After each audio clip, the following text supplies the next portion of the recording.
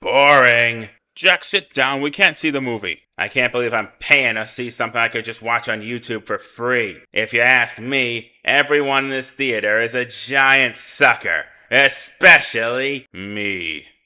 The amazing Digital Circus, the ambitious web cartoon that took the internet by storm along with pretty much everywhere else, has finally come to an end after 9 episodes. Now, if you're watching this video and don't know anything about Digital Circus, first, why? But to give you the rundown, imagine Alice in Wonderland if it was written by Harlan Ellison. It centers around 6 humans trapped in a retro digital landscape, run by an adventure-obsessed pair of dentures named Kane and his talking pet Bubble. Throughout the show's 9-episode run, we follow the humans as they both try to survive Kane's adventures, as well as try to figure out how they got there and how to escape without going crazy. In case you couldn't tell, I'm a pretty big fan. It's one of the most creative and captivating animated shows I've seen in a while. Its only major downside is the most appalling, detestable, cancerous fan base this side of Star Wars. But that's really not the fault of the creators or the cast. It's also not why I'm here. With all the episodes out, I felt like I might as well rank them all. I should get it right out there that I don't dislike any of these episodes, and I'm only really doing this because assigning arbitrary numbers to different pieces of art makes my brain do the happy tingly thing.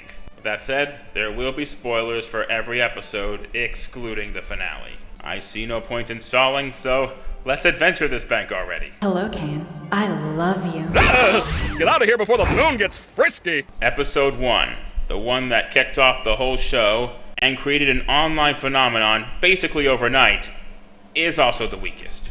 Again, this is a good episode, and a very strong pilot at that. It does a good job introducing this digital madhouse and the colorful cast that inhabits it, but sets up the mystery of the exit, or possible lack thereof, as well as the ever-present threat of abstraction. AKA, if you disassociate too hard here, you basically die. Where this episode is lacking, unfortunately, is the animation. It's not bad, but when you compare it to what comes after, it's almost garish in comparison. It's painfully clear that the animation didn't really find its footing until after this episode aired. And for that, it kinda has to take last place by default. But the comedy is still there, and in fact this might be one of the funniest episodes of the whole show. Every joke involving Kane and Bubble is pretty much gold. You parasite! Why would you do this? It's called a manic episode, and you're getting 3 more seasons. Anyway. Be honest, up until this episode, Gangle was probably my least favorite member of the cast. She's cute and she's nice, but she's also kind of the most gimmicky. She's sad all the time because her happy mask keeps breaking, but why doesn't she just wear the sad mask on the outside so it breaks instead? Is she stupid or something? Okay, in all seriousness, her design being the Shakespeare comedy tragedy masks is a really inventive way to portray depression or bipolar disorder. Here, she picks the adventure to be reliving her old job as a shift manager at a fast food joint. A decision she quickly comes to regret. This episode is packed with great jokes, like Orbs Man, the return of Gummy Goo and the Gloinks, Jax's reevaluation, and the stupid sauce, which is basically pot. But the crux of this episode is Manager Gangle, with a new unbreakable happy mask that ends up making her more miserable than ever, showing that it's not really the masks that make her mood. Honestly, I got more emotional with Pommy trying to reconnect and eventually just saying goodbye to Gummy Goo. Also, this episode really needed more Kinger, but that's true of all. But I do love how after this episode, she's able to look genuinely happy even without her comedy mask. You know, I'm starting to think... Mildenhall Manor is not without its share of problems. Eventually forgets about Ragatha, Jax, and Gangle, giving most of the action to Pomni and Kinger as they explore the mansion, kill an angel, get possessed by demons, and then walk out. The fact that there are not 1 but 2 extended scenes of characters just talking through their problems, I do kinda get why some people call this show the amazing digital therapy group. That said, I don't mind these scenes at all.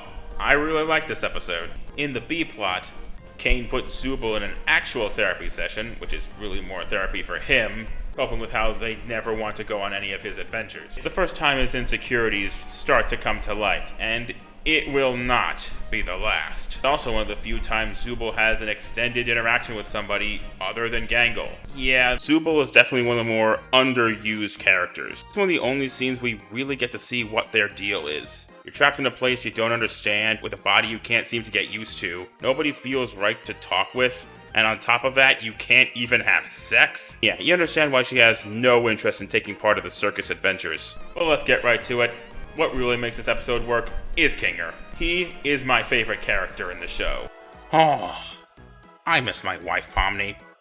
I miss her a lot. An erratic, mentally and physically unstable old coot who turns out to be probably the most wise and put together of the bunch, at least when he's surrounded by darkness. That, combined with his hilarious voice and mannerisms and the way he handles a shotgun here, he's so much fun to watch in every scene. Good jokes, strong emotions, and surprisingly effective horror. Whoa. This episode grows on me a little bit more every time I watch it. Pomni, take this! Candy Carrier Chaos. The first episode of the show's official run starts off as Mad Max in Candyland until it takes a sudden turn into existential horror. After a pretty fun chase, we get good bits from each of the main cast.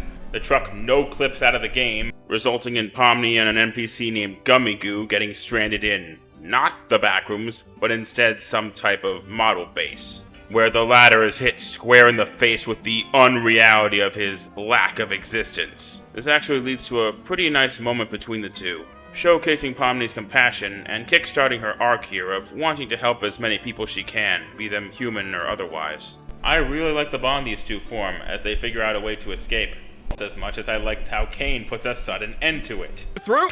Wait, what? I'm sorry, that's just funny. What should I do? You should die. You should throw a beach party. Episode 7, Beach Episode, kicks off the last third of the series, which up until this point has been mostly episodic, setting and character-focused adventures, where the main mystery has kind of taken a back seat. But here is where it finally comes back into focus. The episode starts off like normal. The gang goes to the beach, giving fan artists an ungodly amount of new material. There's a Chinese room joke that I needed a programmer to explain to me. A poorly animated fish gets its life savings stolen. Jack starts tripping balls, almost doing the entire circus a huge favor in the process. It's at this point where a mysterious new character named Abel appears. He claims to be another human trapped in the circus, but more importantly, he may know a way out. This is the first episode since the pilot where we get a real look at what's going on behind the curtain, exploring Kane's true identity, along with the company that created him, and possibly the reason they're all there in the first place. Eventually, it looks like they're finally about to shut down the circus and free everyone inside, but Pomni can't shake the feeling that something just isn't quite right here. But Jax, whose chicken fetus is getting more scrambled by the minute at this point, ends up making the choice for them and... This scene ruined Kane for a lot of people. And I'm not saying I don't get it. When you really think about it, Kane's insecurity and need for validation combined with his total inability to read the goddamn room, creating an entire fake escape route with the hopes that they would reject it just to feel better about himself, is totally in character. After all, he's the one that tells lies. Dude, you ruined it. Okay.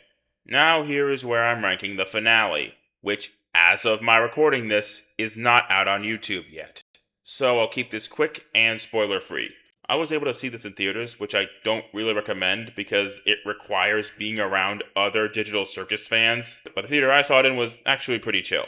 And normal smelling somehow. Anyhow, all in all, I liked it.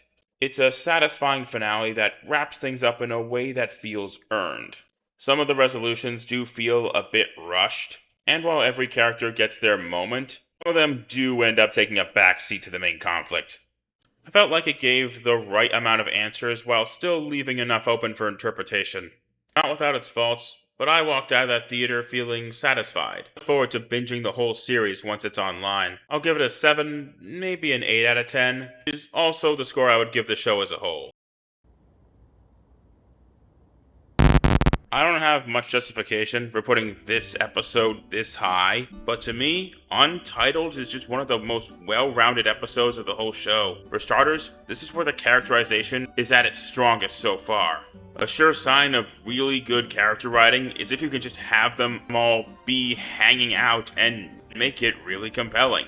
The scene at the bar where they're just sharing their stories is one of my favorites in the show. Everybody gets their moments. Ragatha gets some much needed screen time. We get a first hint on why Jax might be the way he is. It's also one of my favorite episodes from both a comedic and visual standpoint. Everyone's already gushed about the intermission sequence for good reason. I love the different animation styles. Evil big tops are pretty fun. I'll never not enjoy watching Jax suffer. And remember when I said Kinger was my favorite character? I lied. It's actually Disappearing Guy. Oh, say. So yeah, I might be overdoing it putting this in the top 3, but if I were trying to get somebody into Digital Circus, this would be the episode I show them. That's just it? Here's guns and have fun? I didn't say have fun. They all get guns. Pretty self-explanatory. This episode features some really strong animation and action choreography, not to mention some of the best character moments in the show from pretty much everybody. I love Gango's maniacal glee when she fires the Tommy gun with Zubal's quiet encouragement, Aang's utter doneness at this point, and of course, I'm right behind you, aren't I? Speaking of Kinger, another of my favorite scenes of his is his talk with Ragatha, showing once again that he can be a really strong father figure in the right headspace. This line especially being one of my favorites in the episode. Giving someone space should never be the same as giving up on them. But of course, the real highlight of this episode is the build-up and eventual blowout of Jax and Pomni's relationship. I know I was playing up the Jax hate just a couple minutes ago, but honestly, he's another character I've really come to like. One of my favorite character archetypes is the asshole, and this freaky little banana man is one of the best subversions of that trope we've seen in a while. Out of all the human characters, Jax is the one with the most, let's say, baggage, which leads to him cracking mean-spirited jokes or straight up abusing his circus mates. Yeah, he's he's a complete bitch. But Pomni seemed to be the one person he was starting to get along with. I really liked watching them bond over trying to kill everyone else for sport. But then Pomni pries a little bit too hard, and Jax, being Jax, has to ruin it. So instead she tries some more gentle persuasion. Yeah, let's call it that. He blows up at her, insisting that he's not here to be anyone's friend, and all he wants is to cause everyone as much pain and problems for fun. That, of course, being a facade more see-through than his maid outfit. In reality, he just lashes out at everyone in his way, so they can never be close enough to hurt him. He's the most scared and insecure of the whole lot. By the episode's end, Pomni still has Ragatha and the others to fall back on, where Jax has to deal with the fact that he just pushed away the one person who actually gave a damn about him. Again. Maybe I'm not getting through to you.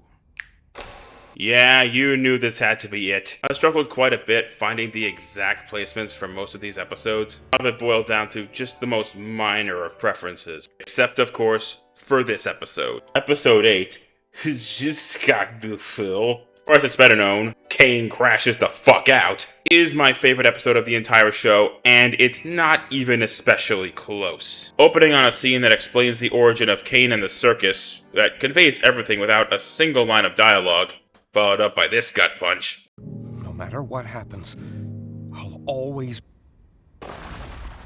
After that flashback, we see the gang coming to grips with the fact that there may not be a way out after all, and all they can really do now is stick with each other. It's a nice moment of sad but meaningful calm before getting thrust back into the madness. See, Kane is going through his own issues. Every attempt he's made to get the humans to enjoy their lives in the circus has only resulted in them resenting him even more. But he's just a simple AI, where human emotion is notoriously more complicated. And after his latest stunt, they are quite justifiably never going to trust him again.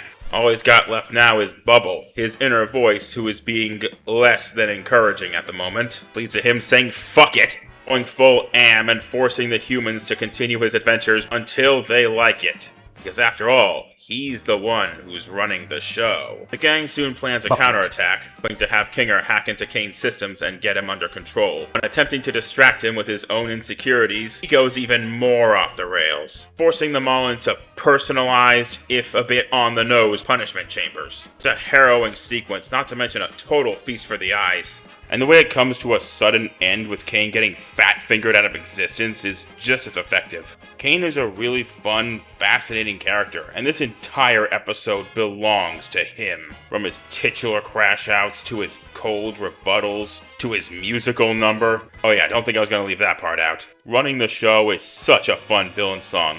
I was humming it to myself pretty much constantly for weeks after the episode aired. I also want to give a quick shout out to Kane's voice actor, Alex Rochon, who gives this morally detestable but still sympathetic and constantly entertaining villain so much needed charisma. I've actually been following Alex since way back in his YouTube days, and seeing his first major voice acting role become this monster hit is kinda surreal, but also just wonderful. But the biggest reason this episode is my favorite is because it encapsulates everything that makes Digital Circus so great. Strong, memorable characters, outstandingly creative animation, zany, surreal comedy balanced really well with existential horror and a strong emotional core. And on top of all that, it portrays just how far each and every character has come since the beginning. Despite its admitted flaws and fan base that makes me want to abstract myself, I'm still glad I was able to watch the entirety of this circus's amazing run from the very beginning. I guess what I'm saying is, Digital Circus is pretty overrated. And it's over. Watch the Gaslight District instead. Well, goodbye. Shimmy, shimmy, yeah, shimmy, yeah, shimmy, yeah. Drink, swalla la la.